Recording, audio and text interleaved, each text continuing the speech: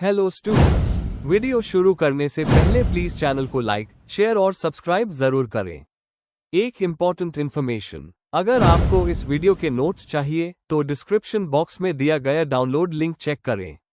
Thank you. चलिए शुरू करते हैं। इस वीडियो में हम पढ़ेंगे MANE7 ट्राइब्स इन इंडिया के प्रीवियस ईयर और most important questions with answers. ये क्वेश्चंस आपके एग्जाम के लिए बहुत इम्पॉर्टेंट है। अगर आपने ये अच्छे से कर लिए तो एग्जाम निकलना पक्का है। Let's begin. Question 1, define tribe. Right a note on the anthropological debate on the nomenclature tribe.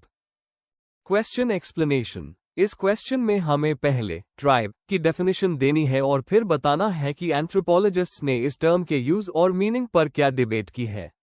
हमें ये भी एक्सप्लेन करना है कि ट्राइब शब्द का कॉलोनियल बैकग्राउंड क्या था और आज के टाइम में स्कॉलर्स इसको कैसे देखते हैं। क्या अब भी ये टर्म सही है या इसे रिप्लेस कर देना चाहिए, जैसे इंडिजिनस या एथनिक ग्रुप के रूप में।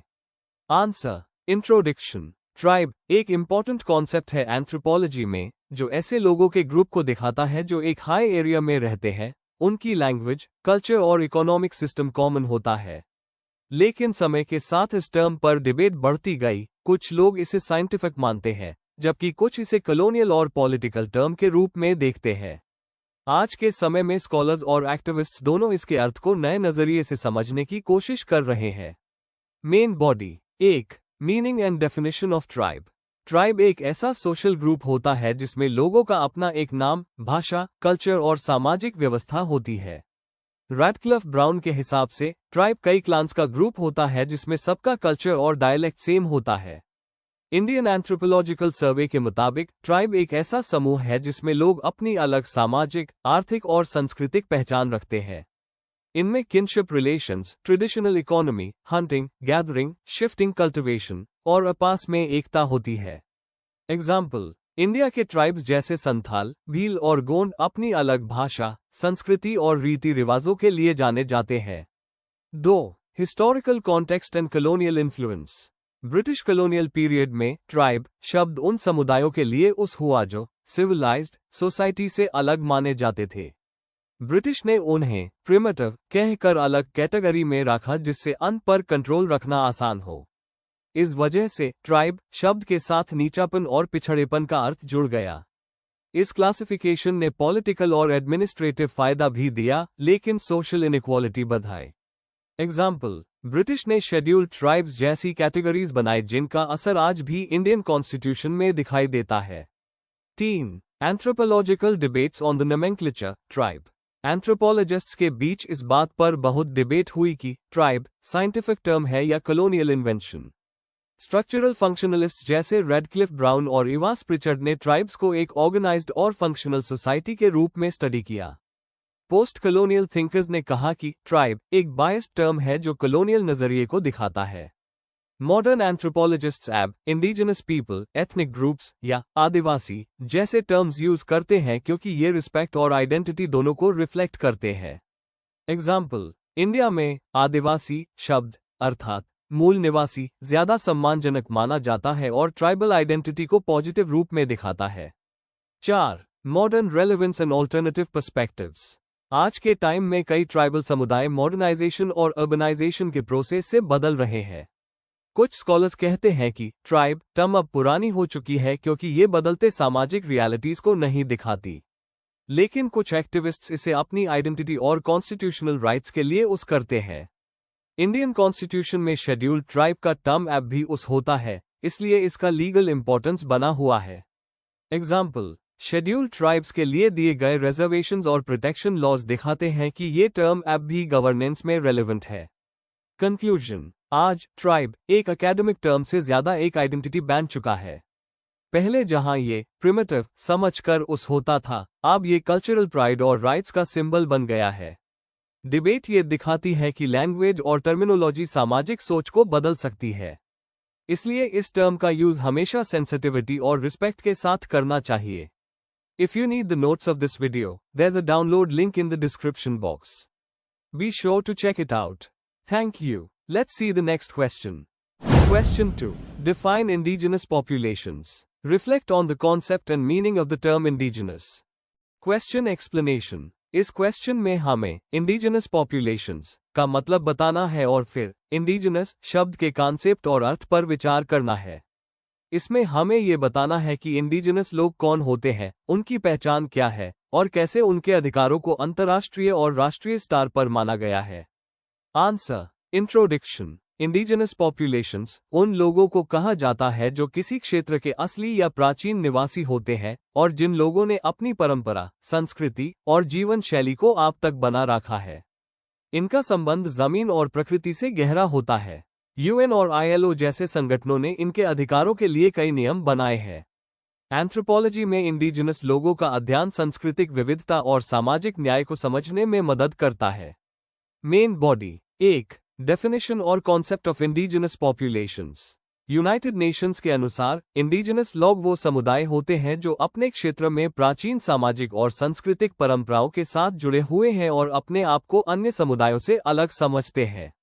आईएलओ कन्वेंशन नंबर 169, 1989 कहता है कि इंडिजिनस लोगों को अपनी पहचान और परंपरा को बचाने का अधिकार है। इनके खास गुण हैं अपनी भाषा, संस्कृति, परंपरा और प्रकृति के साथ गहरा संबंध। कुछ विशेषताएं। अलग भाषा और धार्मिक परंपरा, जमीन और प्रकृति से लगाव, सामाजिक और आर्थिक रूप से अलग और कई बार वंचित, अपना पारंपरिक शासन प्रणाली और सामुदायिक पहचान। 2. ऐतिहासिक संदर्भ और विश्व दृष्टिकोण।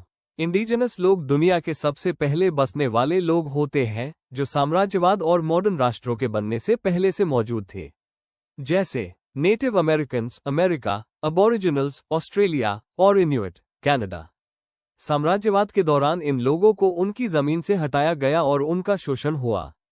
2007 में यूएन ने UN declaration on the rights of indigenous peoples UNDRIP जारी किया, जिसमें उनके अधिकार जैसे जमीन, भाषा और संस्कृति को सुरक्षा दी गई। 3. भारतीय संदर्भ में इंडिजिनस पॉपुलेशंस। भारत में इंडिजिनस शब्द को आमतौर पर शेड्यूल्ड ट्राइब्स ST के साथ जोड़ा जाता है, जिसे संविधान के अनुच्छेद 342 और 366(25) के तहत पहचाना गया है। एंथ्रोपोलॉजिस्ट्स आदिवासी शब्द का इस्तेमाल करते हैं जिसका अर्थ है असली निवासी। भारत में 700 से ज्यादा ट्राइबल ग्रुप्स हैं, जैसे गोंड्स, भिल्स, सैंटल्स, टोडस, नगास etc। ये लोग अपनी अलग परंपरा और जीवन शैली को बनाए हुए हैं, पर इन्हें विकास के नाम पर डिस्प्लेसमेंट, लैंड लॉस और कल्चरल चेंज का सामना करना पड़ता है। 4. अर्थ और विचार का विश्लेषण। इंडिजिनस एक बहुअर्थी शब्द है, ये उनकी पहचान और अधिकार दोनों को दिखाता है। कुछ स्कॉलर्स कहते हैं कि सभी लोग किसी न किसी समय माइग्रेट हुए हैं, इसलिए इंडिजिनस एक रिलेटिव टर्म है। भारत में ट्राइब ऑफिशियल टर्म है, पर इंडिजिनस ग्लोबल स्टार पर राइट्स और पहचान से जुदा हुआ शब्द है। एंथ्रोपोलॉजी के नजरिए से इंडिजिनस लोग एक डायनामिक समुदाय है जो बदलाव के साथ अडेप्ट करते हैं, सिर्फ पुराने या प्रिमिटिव नहीं है। 5. अधिकार, पहचान और आज की चुनौतियां। दुनिया भर के इंडिजिनस लोग जमीन के हक, सांस्कृतिक पहचान और सामाजिक समानता के लिए संघर्ष कर रहे हैं।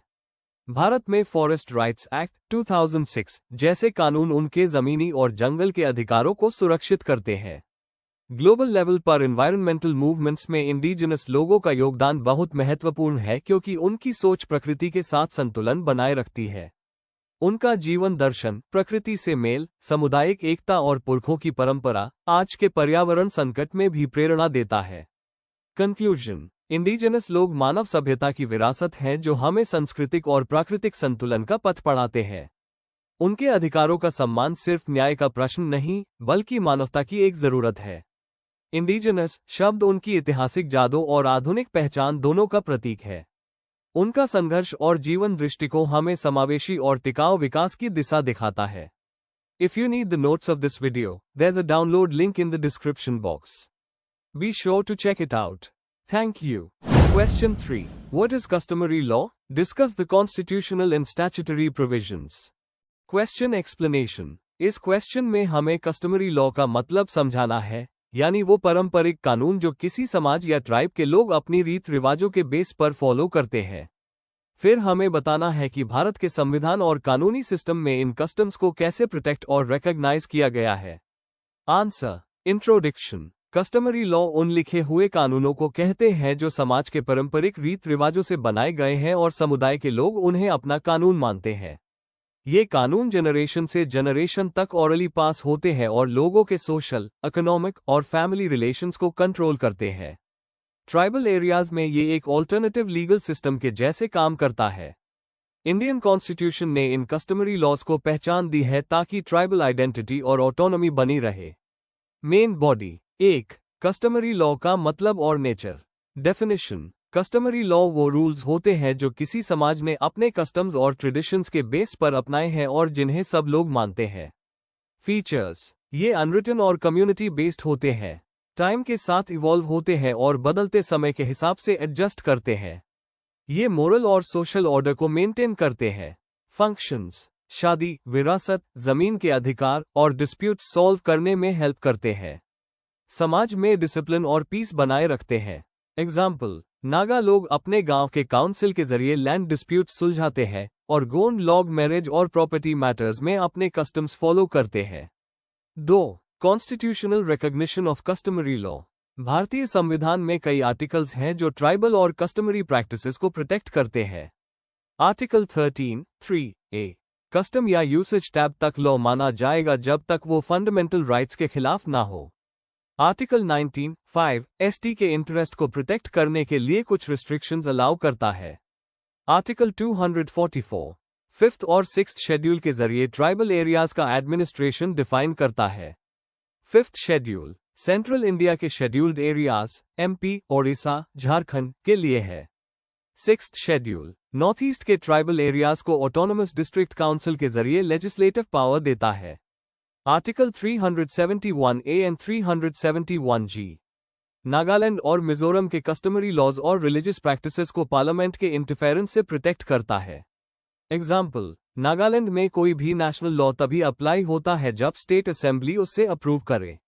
ये प्रोविजंस दिखाते हैं कि भारत अपनी कल्चरल डाइवर्सिटी और ट्राइबल कस्टम्स को सम्मान देता है।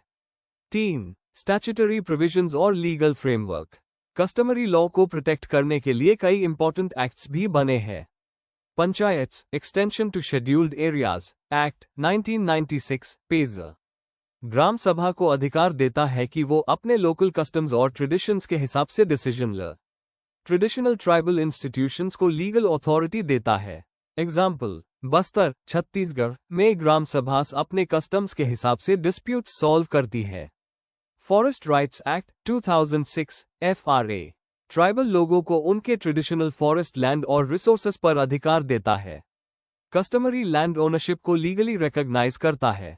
Judicial support. कोर्ट्स ने कई बार डिसाइड किया है कि अगर कोई कस्टम रीजनेबल है और पब्लिक पॉलिसी के खिलाफ नहीं है तो उससे लॉ माना जा सकता है।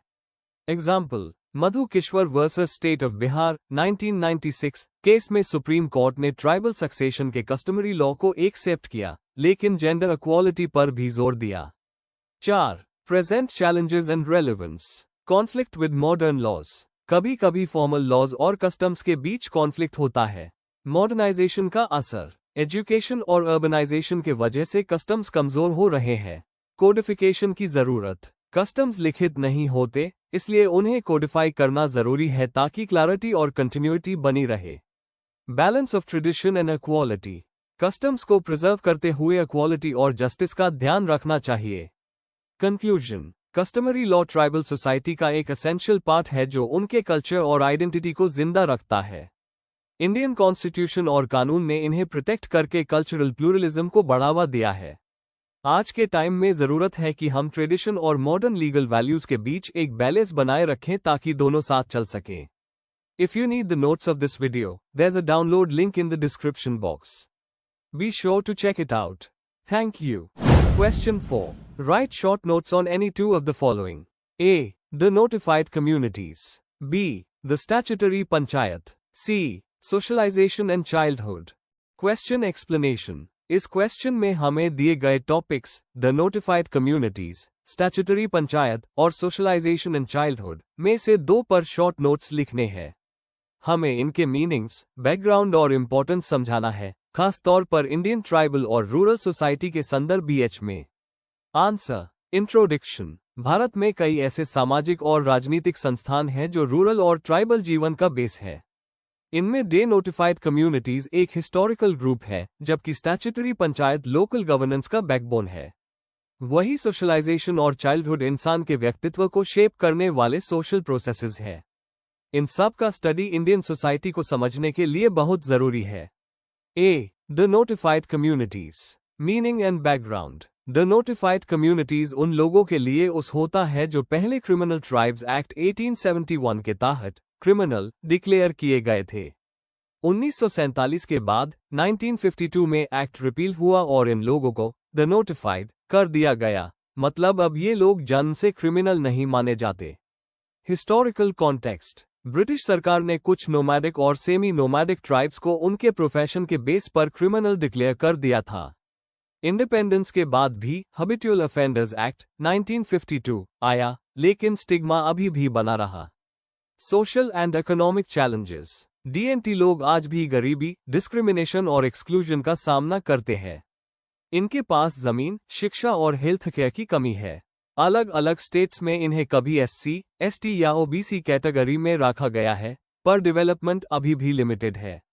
Government initiatives. National commission for DNT 2005 बनाई गई थी इनके वेलफेयर के लिए।